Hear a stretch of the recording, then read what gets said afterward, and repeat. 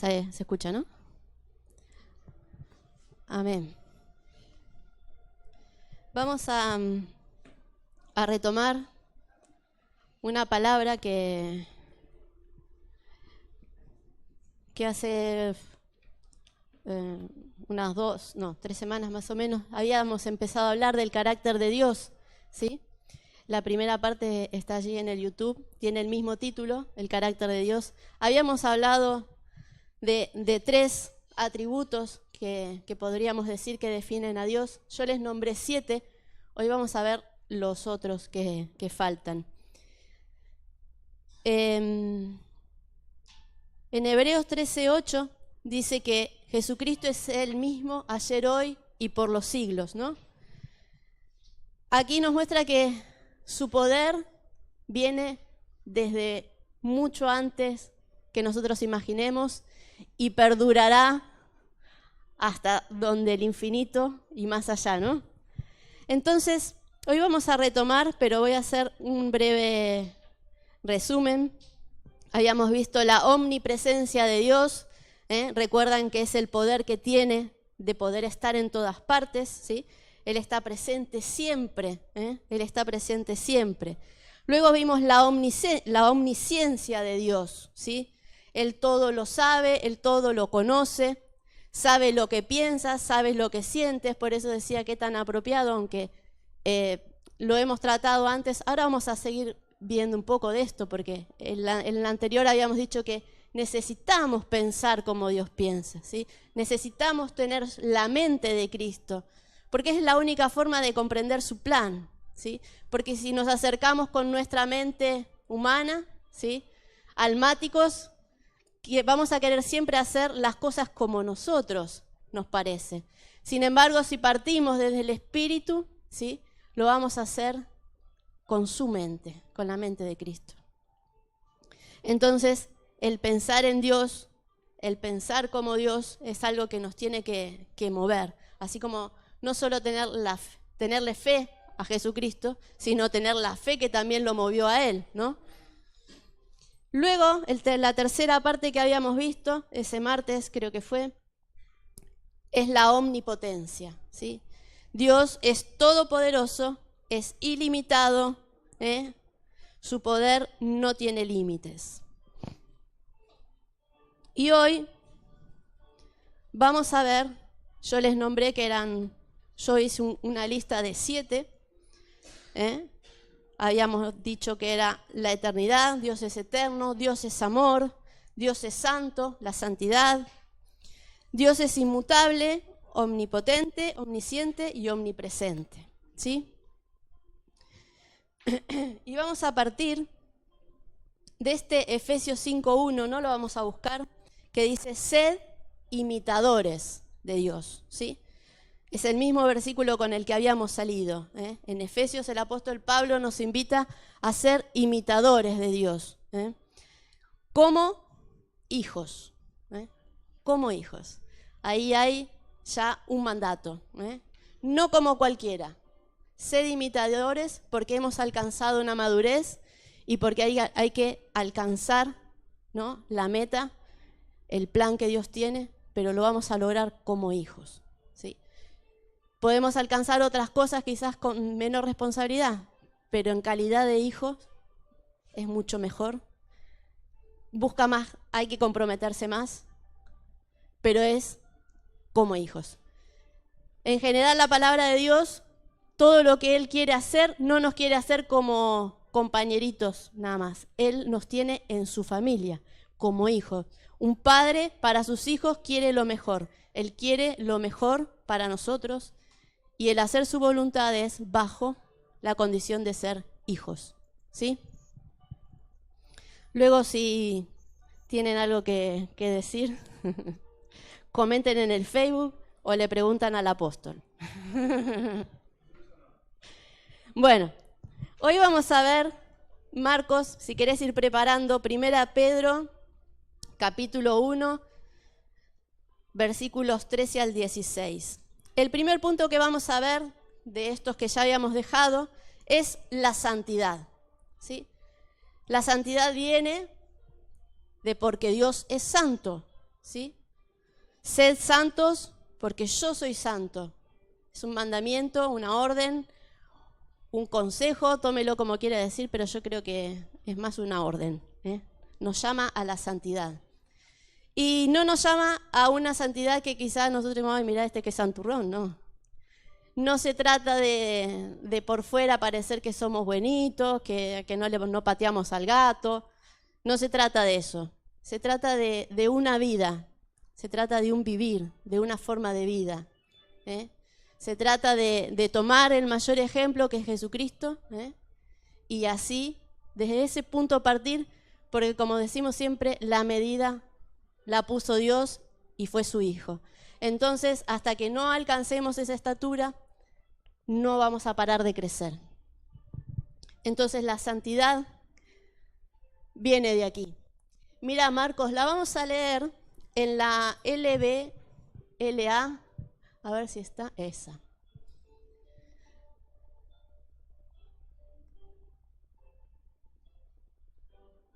Pero no se cambió, ¿no? ¿Sí?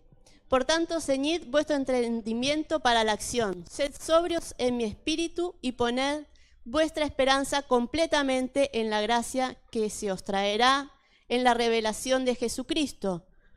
Como hijos obedientes, guarden la palabra como hijos obedientes. ¿Sí? Guárdese eso. Vamos a seguir leyendo. No hace falta que la marques. Como hijos obedientes, no os conforméis a los deseos que antes teníais en vuestra ignorancia. ¿Sí? La ignorancia es aquello que yo hago por mi cuenta, lo que no sabía, lo que no entendía.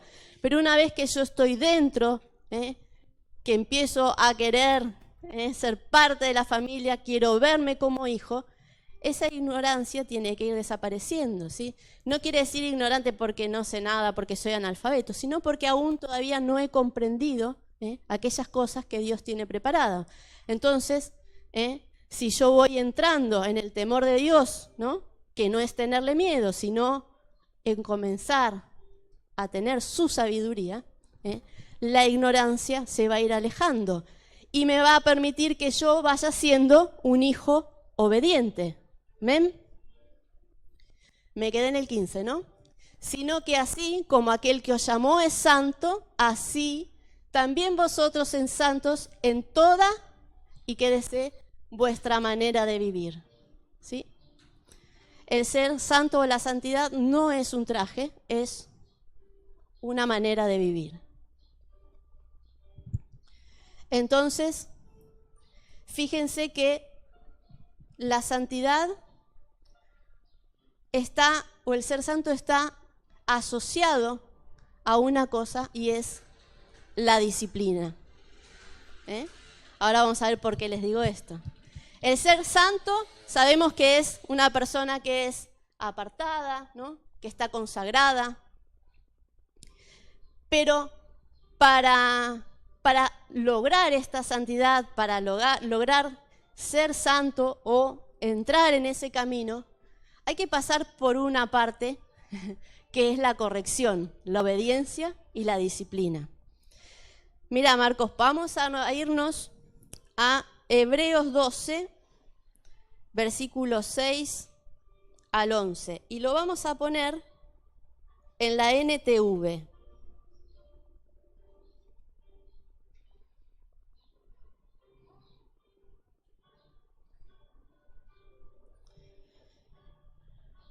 Saben que la disciplina, también lo había comentado en la otra parte, nosotros como padres, o los que son padres también, a los hijos hay que encaminarlos, a los hijos hay que guiarlos, a los hijos hay que meterlos en el camino correcto. Y después que también los niños actúan mucho por la imitación de lo que se tiene en casa cuando son niños.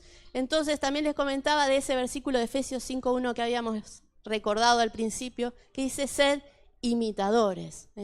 Nosotros tenemos que ser hijos imitadores, así como quizás los niños imitan a la mamá y al papá de su trabajo, de que si cocina y planchan y quieren, ¿no?, las herramientas de lo que trabajan sus padres. pues nosotros tendríamos que tener ese anhelo de tener las mismas herramientas que tiene nuestro Padre celestial. Vamos a ver Hebreos 12, del 6.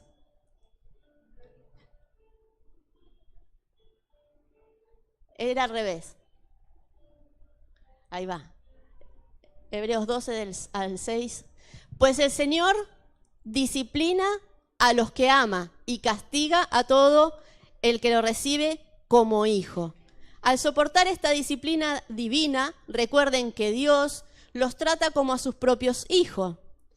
¿Acaso alguien oyó hablar de un hijo que nunca fue disciplinado por su padre? Si Dios no lo disciplina a ustedes, ¿cómo lo hace con todos los...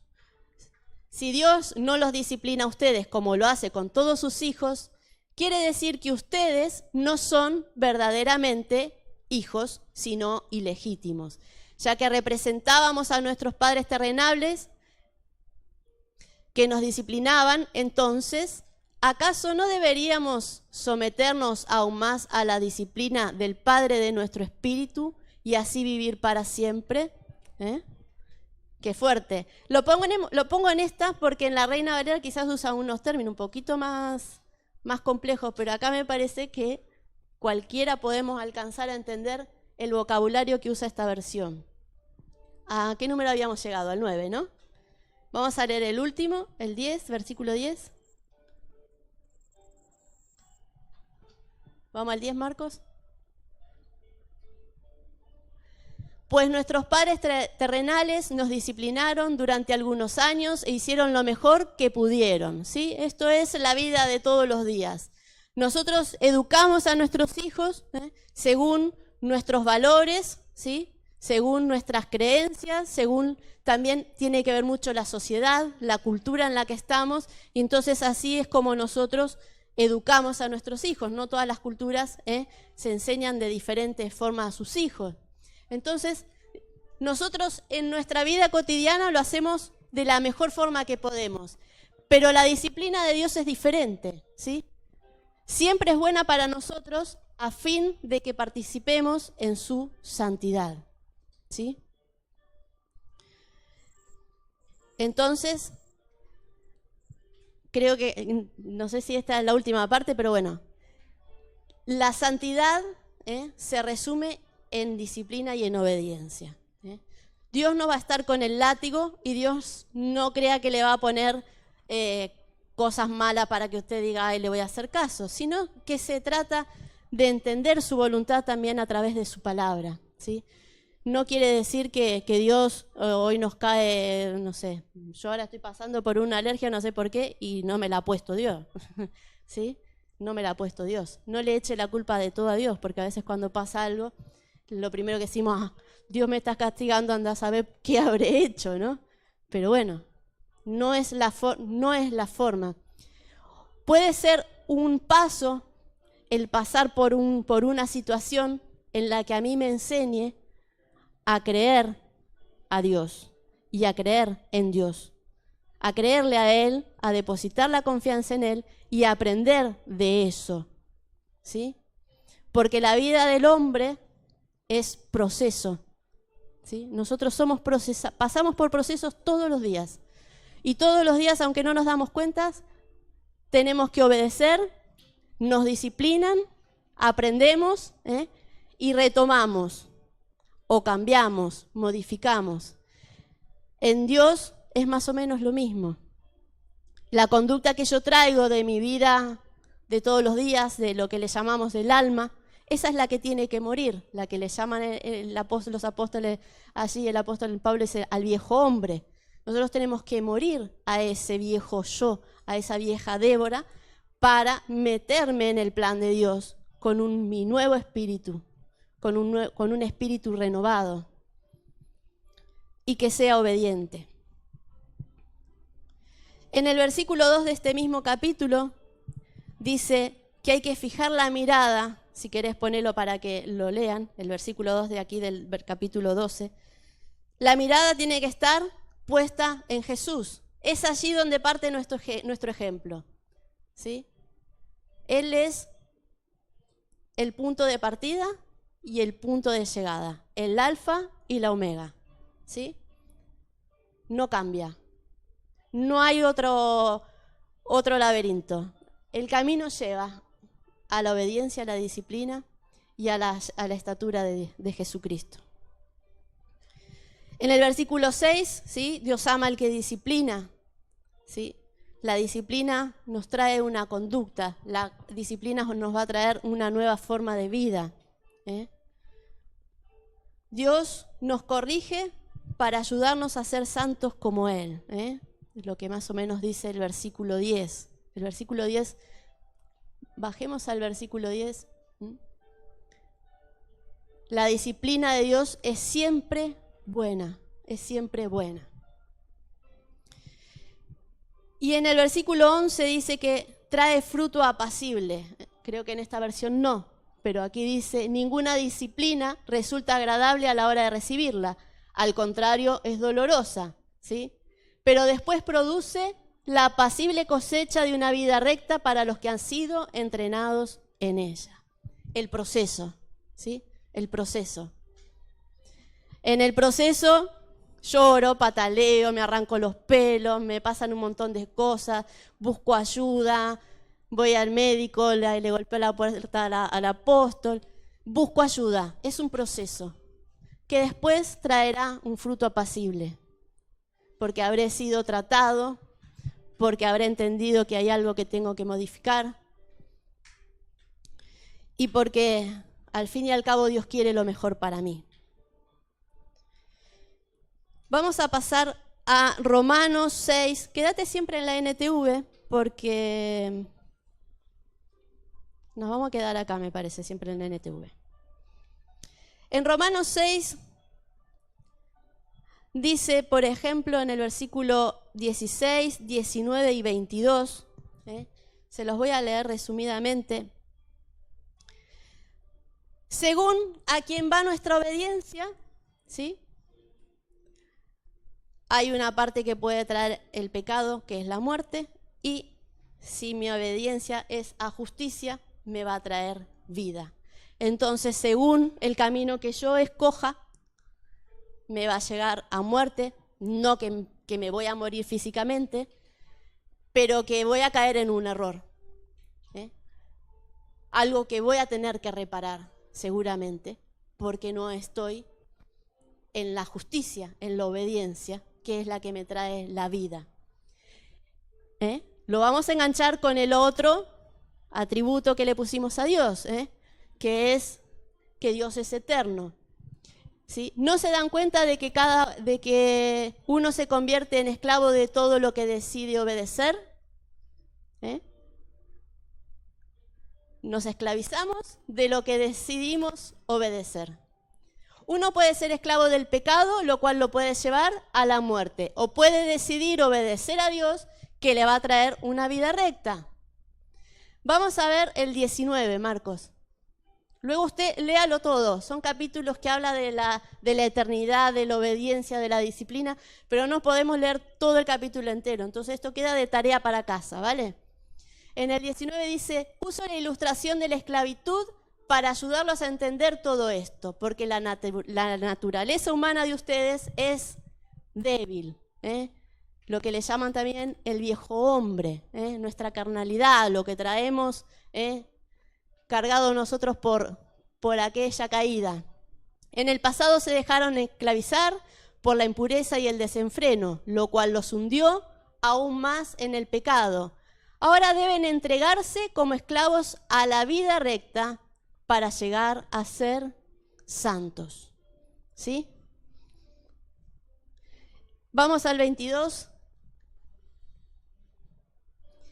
Pero ahora quedaron libres del poder del pecado y se han hecho esclavos de Dios. Ahora hacen las cosas que llevan a la santidad y que dan como resultado la vida eterna. Aquí usa esclavos, ¿sí? En realidad Dios no quiere esclavos, Vamos a dejar esto claro. Esta NTV, creo que era la que estábamos, ¿no? Utiliza la palabra esclavos. Nos quedamos en esta porque es sencillo.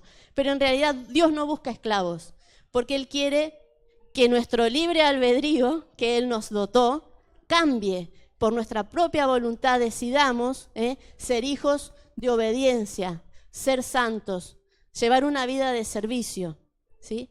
Pero no quiere esclavos, ¿sí? Porque no es un faraón, no es una persona que le guste estar ahí. Quiere hijos, ¿sí? Usted ahí donde dice esclavos, Él busca hijos, entendernos y vernos como hijos. El esclavo no hereda y el hijo sí, ¿sí? Es verdad. Entonces, la esclavitud no es, sino es la familia de Dios, vernos como hijos. Así que usted ahí cuando vaya a casa y lea esclavos, dice no, es un hijo, es por voluntad también.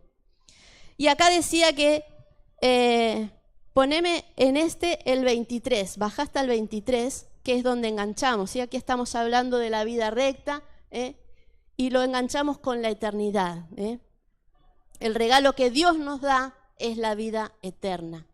La vida eterna, como usted habrá escuchado miles de veces en estas prédicas, toda la historia que tenemos en redes, va a ver que la vida eterna no la voy a hacer, no la voy a gozar solamente cuando yo me muera.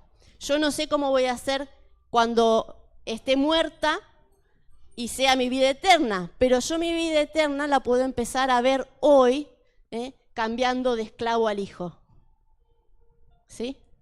Haciendo un cambio en disciplina y en obediencia. Y entonces, cuando yo ya estoy dentro de ese plan, ya estoy gozando de la vida eterna. No espere a morirse para decir que lo arreglo todo cuando mi alma se encuentre con Dios. Yo le diría que no, o cámbiese de religión. Si espera el purgatorio está equivocado. Entonces hágalo ahora, ¿sí? Eso que creo que son el catolicismo, o no me acuerdo cuál es, que quieren el purgatorio. Usted no busque cuando ya o lo hayan quemado o esté metido en una caja entre cuatro paredes y a ver en esa fila, ¿no? Que cada uno se imaginará ahí esperando a ver qué va a decir Dios de mi alma.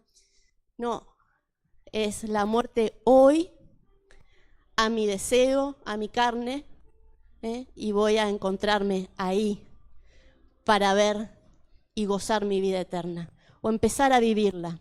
La otra ya será celestial, pero aquí hay que aprender a vivirla. Vamos a...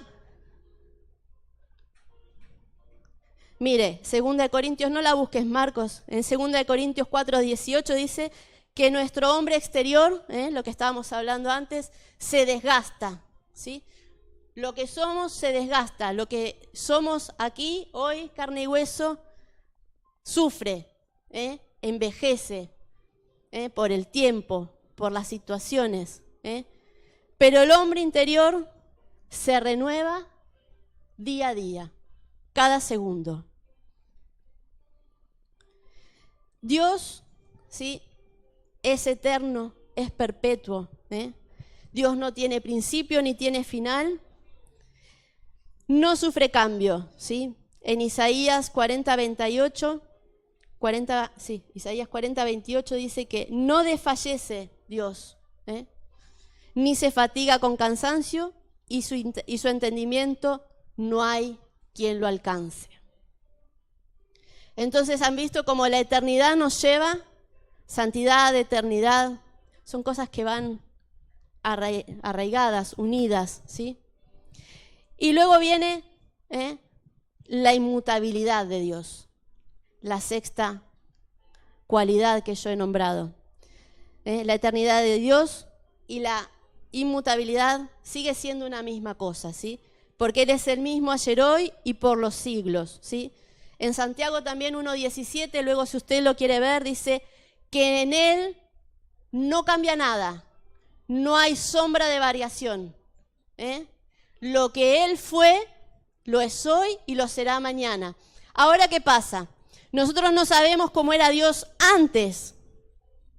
Entonces, como el hombre se mueve en un tiempo cronos, necesita saber Dios al menos desde cuándo es Dios. Entonces dice, por ejemplo, en el Génesis, en el principio Dios. Hay muchas cosas que muestran el tiempo, pero no quiere decir que Dios sea Dios desde que decidió formar el mundo. Dios ya lo era antes y nosotros lo sabemos bien porque éramos predestinados. Entonces estamos desde la eternidad con Él. Tenemos una vida eterna que no alcanzamos a entender, pero ya éramos cuando Dios también era. ¿Sí? Muy difícil, que eso lo arregla Juan un día. Entonces, Dios trasciende al tiempo. Hay cosas que no podemos entender y es que Dios es Dios y lo es todo. Por eso a veces entre la ciencia y la religión no podemos a veces encontrar un punto, aunque ahora estamos viendo que sí se reconoce de que hay una energía, de que hay algo poderoso, de que hay un creador, de que hay un Dios, y es Dios. Lo es desde siempre. Entonces, nosotros, por eso a veces esto de lo eterno y de lo inmutable se nos hace difícil porque nuestra vida va en torno al tiempo.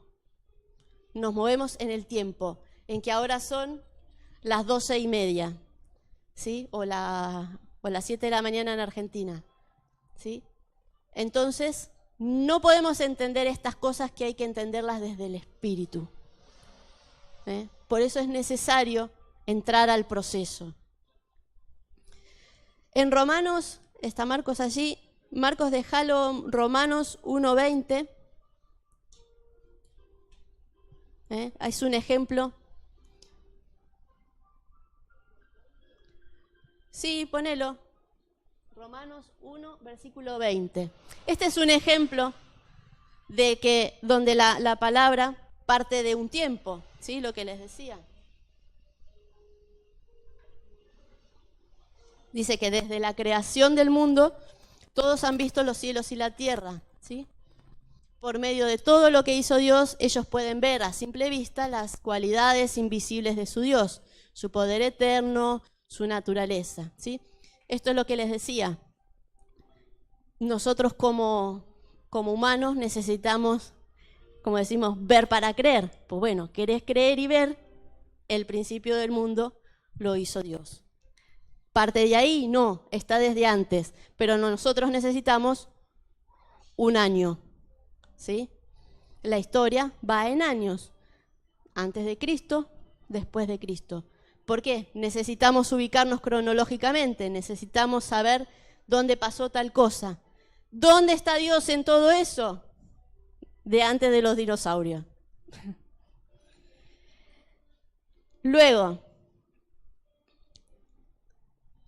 también Jesús tuvo confrontaciones, ya vamos terminando, en cuanto a lo eterno, que él vino al mundo como hombre, pero en realidad él ya traía la eternidad. Fíjense que es el ejemplo claro. Nosotros somos prácticamente igual en ese sentido. Venimos al mundo, traemos la eternidad, pero no nos damos cuenta que somos eternos hasta que la entendemos y lo empezamos a vivir, ¿sí? Por ejemplo, esto no lo busque juez de Marcos, luego que lo apunten. En Juan 8:58 dice que Jesús les dice, de cierto os digo, antes que Abraham fuese, yo soy. Y es Jesús el que lo dice, ¿sí? Él ya lo era espíritu junto con el Padre. Nosotros éramos desde antes de la fundación del mundo. Hoy, imagínase enviado y con la eternidad dentro de usted, igual que Jesús, para aprender de Jesús. El séptimo, no nos vamos a extender más porque también yo he hablado mucho y le dedicaremos quizás otra vez un capítulo aparte, y es el amor. El amor todo lo puede, El amor todo lo soporta, todo lo hace posible. Y hay que también llegar a comprender cómo ama a Dios y cómo es el amor. Porque así como no entendemos su inmutabilidad, se nos hace difícil la eternidad, se nos hace difícil su omnipresencia, su omnipotencia y todo su carácter.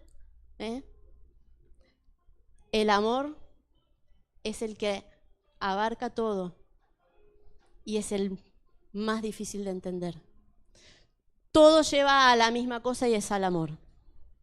Todo lleva al mismo camino. Esperanza, fe y amor. Sobre todo, prevalece el amor. En Juan 4, del 7 al 10, acá habla de que Dios es amor. Es un pasaje reservado a esto. Luego léalo, porque no me quiero extender. En el versículo 10, Marcos, si querés, poneme primera de Juan 4, versículo 10.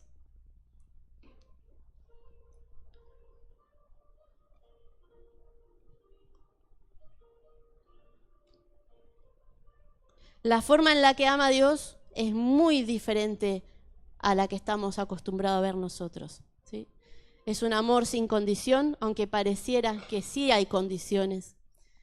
Pero es porque el plan de Dios es diferente al que nosotros estamos acostumbrados. Él necesita que nosotros seamos plenamente capaces de entender su anchura, su altura. Del amor de Dios usted puede correr para allí, que no se va a escapar, puede irse a su derecha, no se va a escapar, puede correr en la dirección derecha, no se va a escapar ni para atrás. El amor de Dios lo abarca todo, pero hay que aprender a verse dentro también del amor de Dios. Dijimos que íbamos a ver el 10, ¿no? Ponelo, Marcos, en la Reina Valera. Creo que estará, ¿no? El 10.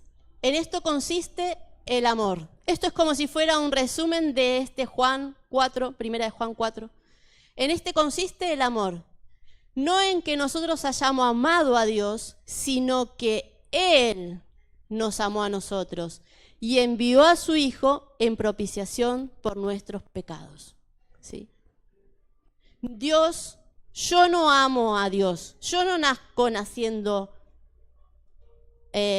amando a Dios. No tengo recuerdo de decir yo amo a Dios, ¿sí?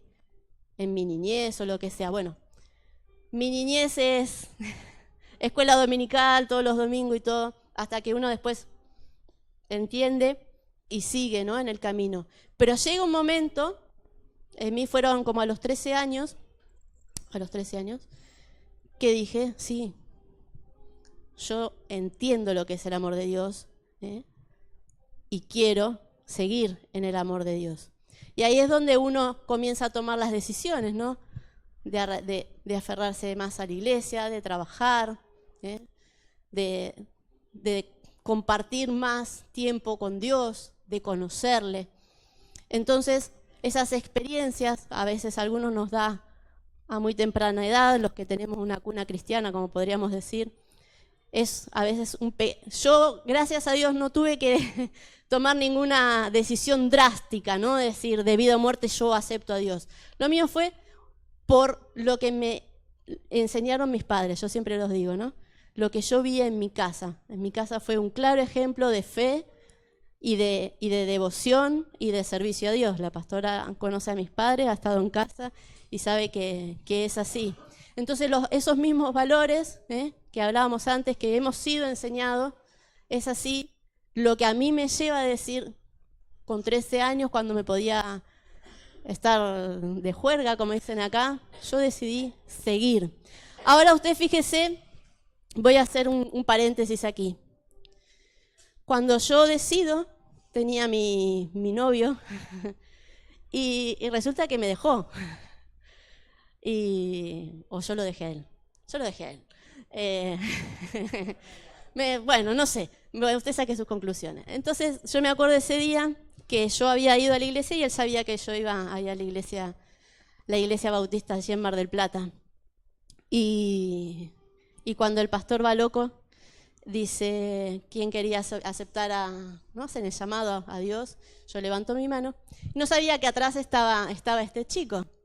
Y entonces, claro, cuando él me viene a saludar, me dice, ¿y eso que hiciste qué es? Y yo le digo, no, que yo estoy reconociendo de que esta es mi fe, que esto es lo que yo quiero y que voy a seguir acá. Y me dice, bueno, y le digo, no sé si me habrá preguntado y yo, no me acuerdo cómo habrá sido, pero yo sé que desde ese día yo le dije, yo acá, pero no es que yo luego abandoné mis amistades. Yo, no me echen de la iglesia, yo fui a bailar, hice mi viaje de egresados y estuve con mis amigos. Porque yo en ese principio, con 13 años, entendí que yo no tenía que separarme. Que esa decisión que yo había tomado no era porque ahora era santo, sino que tenía que, con mi corta edad, estar entre luz al mundo. Entonces a mí le digo que con mucho pesar esa decisión me costó que hasta me dijeran oveja negra en la iglesia. Pero usted hoy me ve aquí, tengo 46 años y no me arrepiento de nada. No me arrepiento de nada. Y he compartido muchas cosas, he estado con ellos, he estado con mis amigos que se drogaban, con mis amigos que fumaban. Yo no fumo ni bebo. Y ellos también han compartido conmigo porque la juventud bautista, quien ha estado en una iglesia bautista, trabaja mucho, ahora ya no sé cómo serán, pero se hacían muchas actividades. Y es más, yo siempre estuve dentro de la música y mis amigos eran músicos, tenían su grupo, hacíamos recitales, andábamos por los cines que se convertían luego en iglesias, estaban los cafés de Jesús, del pastor Jiménez, no sé si seguirá existiendo, y nosotros íbamos ahí, y ellos venían con nosotros. Después a lo que hacían no me importa, o estaban en manos de Dios. Pero ellos se daban cuenta que la Débora que veían 5 horas en la escuela era la misma persona que los invitaba a compartir en la iglesia, a jugar en la canchita de vóley, a venir a jugar a la mesa de pool que teníamos atrás en la iglesia. En nuestra iglesia, hermanos, había una mesa de pool. Y seguramente la habrá. Y no dejábamos de ser santos. Es la forma de hacernos ver que somos las mismas personas que el que no cree. Somos completamente iguales, nada más que tenemos un corazón diferente, vemos las cosas desde otro punto de vista, pero no para apartarnos, sino para estar dentro, ¿sí? Porque hay que estar dentro. A veces quizás decimos, ahora estamos un poco cortados de pies y de manos, perdón si me extiendo, que ya no se sale a predicar, ya no podemos salir ahí como nosotros, me acuerdo en la iglesia de Batán, es que he vivido muchas cosas. Nos juntábamos y el pastor armaba una fila con toda la iglesia, no sé si éramos como 100, adelante iban los músicos con sus guitarras criollas colgando, las panderetas, y el pastor se paraba, Fidel Aedo, un gran siervo de Dios, ya esos pastores están en la presencia de Dios. Y en esa época se andaba por las calles, quizá la pastora también ha vivido esto. Pero hoy quizás no es el tiempo de estar por ahí gritando, sino darse cuenta de que nosotros afectamos al otro, ¿sí? Y que no necesitamos estar con un micrófono quizás en esa plaza gritando, Dios te ama, Dios es vida, Dios sana, sino con lo que soy, con la peor porquería que uno se pueda sentir, pero tienes a Dios en tu vida, ¿sí? Y si ya estás dentro de Dios, pues no tienes que sentirte lo más vil, porque Él vino por lo vil. Es el versículo muleta de José. Él vino por eso, pero ya no lo somos, ya no soy. ¿Sí? Entonces, fíjense que no iba a hablar del amor de Dios, pero lo abarca todo, Yo espero que esto breve que le he contado, le podría contar montones de cosas, pero yo soy un claro ejemplo de que le he sobrevivido a la doctrina. Yo he sido músico y si no me dejaban tocar porque no usaba la falda. Y yo no quería ir con la falda, entonces yo me llegaba con los pantalones a la iglesia, me sacaba los pantalones y me ponía la pollera, pero terminaba la reunión y yo me ponía mis pantalones. Entonces yo había comprendido, porque mi papá me decía, no podés luchar contra eso. Le digo, pero si a mí la pollera no me hace nada. Entonces, a veces, miren, yo las he hecho, me iba con pantalones y me llevaba mi saxofón. Y no me dejaban tocar, obviamente.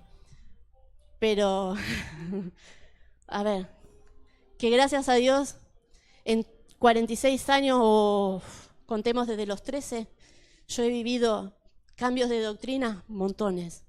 Y los que llevan mucho en el camino se habrán dado cuenta. Yo he pasado del bautista al pentecostal que venía de Chile, a la pentecostal eslava, que eran rusos. Allí había que sentarse las mujeres a un lado, los hombres al otro, con mantilla, las mujeres con la falda hasta aquí, no se depilaban y toda la historia. Yo lo vi todo, y no me asusta, porque yo decidí ese cambio. Entonces, no espere a que alguien se pare delante y le diga, te entrego el ministerio. El ministerio lo trae desde antes. Eres lo que sos de antes. Lo eres de siempre. Solo que hay que entenderlo. Amén. Amén. Romanos 8:28 dice, ¿podrá algo separarnos del amor de Cristo? No. Al menos yo, hasta el día de hoy, y espero seguir con esta convicción, yo digo que no. Yo digo que no. Porque lo he decidido siempre, hasta cuando conocí a Adrián. Lo mismo que le hice a ese novio a los 13 años, lo mismo le planteé a Adrián. Yo tengo esta fe. Yo vivo esta fe. Y mi marido, lo saben todos, es el primero en apoyarme. Porque lo vivimos juntos. Porque en cierta forma entendemos que si bien somos bendecidos por el sudor de nuestra frente, la fe mueve montañas. La fe que tú tienes abraza a tu familia y mucho más. Entonces, aférrate a esto, que no te digo yo, sino que está escrito, que está en su palabra, y que te sea vivo, y que te sea eficaz. Esta noche no podía dormir y le decía, a ver Dios, ¿cuánta es mi fe para que me quites esta picazón? Que me levanté a las 7 de la mañana, me tomé los corticoides y la cetiricina, que sigo con toda brotada. Pero es un paso, será estrés, será lo que tenga que ser, porque ya sabrán. Pero yo ahí estoy. Y no es porque no haya dejado de creer. No será, mañana tendré que ir al dermatólogo. Aférrese. Cuesta, los momentos son duros y no lo digo porque no lo he pasado. El tomar la palabra como propia y decir, yo me aferro a que Dios es amor, yo me aferro a que Dios trae sanidad, yo me aferro a las promesas de Dios, en los momentos duros son difíciles. Y Rosa también lo debe saber. Son difíciles. Y tú también lo sabes. Firmeza. La palabra de Dios es viva y eficaz. No podremos dormir, nos costará. Me sigo aferrando. Y no quiere decir que me pase porque no lo soy y lo confieso, de estar 24 horas mucho tiempo leyendo. Pero sí que constantemente me recuerdo que soy hija. Que soy hija. Y entonces intento seguir avanzando. Y que si ahora no me pica el brazo, mañana me dejará de picar. Pero no me muevo. Porque es proceso, porque me llevará a un cambio, porque me llevará a crecer. Ayer también, o esta mañana hablábamos con mi marido. Nosotros tenemos un vecino que está padeciendo de un cáncer. Se lo descubrieron así rápidamente. Y ayer Adrián le dice, el hombre la estaba pasando mal, ahora se lo han hecho crónico de los huesos. y está con sus tratamientos. Y si usted lo veía, este hombre era un viejo que te hacía reír y cascarrabia encima, ¿no? Y él estaba ahí con su... y le dice a Adrián, dice, hombre, dice, cómo echo de menos al José que se asomaba ahí y daba por, ya saben, ¿no?, a todo. Y se dice, pues ese hombre ha cambiado mucho. Son procesos, son procesos. Yo cuando hablo un poco con mi vecina, a veces es difícil ponerse en el lugar de otro, porque yo lo he visto y el hombre una vez llegó todo morado por, no me acuerdo qué problema había tenido, y me tuve que contener por no llorar. Y me acuerdo que largué el coche, yo venía del gimnasio, largué el coche en el medio de la calle y lo dejé ahí porque venían del hospital y cuando me encuentro con mi vecino. Entonces, hay cosas que no las podemos controlar, pero hay que saber estarle al lado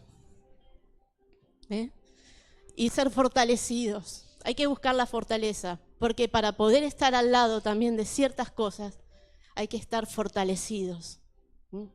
Busquen la fortaleza. Busquemos día a día el ser fortalecidos, el ser disciplinados, el ser enseñados. Porque aunque no parezca, cuando llega el momento, tenés un montón de herramientas. Tenés un montón de herramientas. Amén. Amén. Gracias, Padre. Bendito sea tu nombre. Señor, en esta mañana yo dejo una ventana abierta para que ahora, Señor, tu palabra sea la que cumpla efecto, la que sea la que cambie, la que instruya, la que vivifique, la que fortalezca, la que haga comprender y entendernos dentro de tu plan. Queremos vernos dentro de tu plan. Queremos estar cada día más cerca de ti, Padre. Gracias, Señor, porque a través de las doctrinas que se han movido, Señor, en estos años, Señor, hemos visto tu iglesia cambiar. Y tú traes, Señor, renuevo, Señor, a tu iglesia. Cuando la iglesia se vea renovada, podremos, Señor, ser una iglesia unida, porque somos el cuerpo de Cristo y no una doctrina. Somos el cuerpo de Cristo. Somos una familia, una en el mundo, con un mismo Dios, un mismo creer, un mismo sentir, una misma fe, un mismo amor. A eso, Señor, tenemos que alcanzar. Te alabamos y te bendecimos en tu Hijo amado. Amén. Amén. Amén.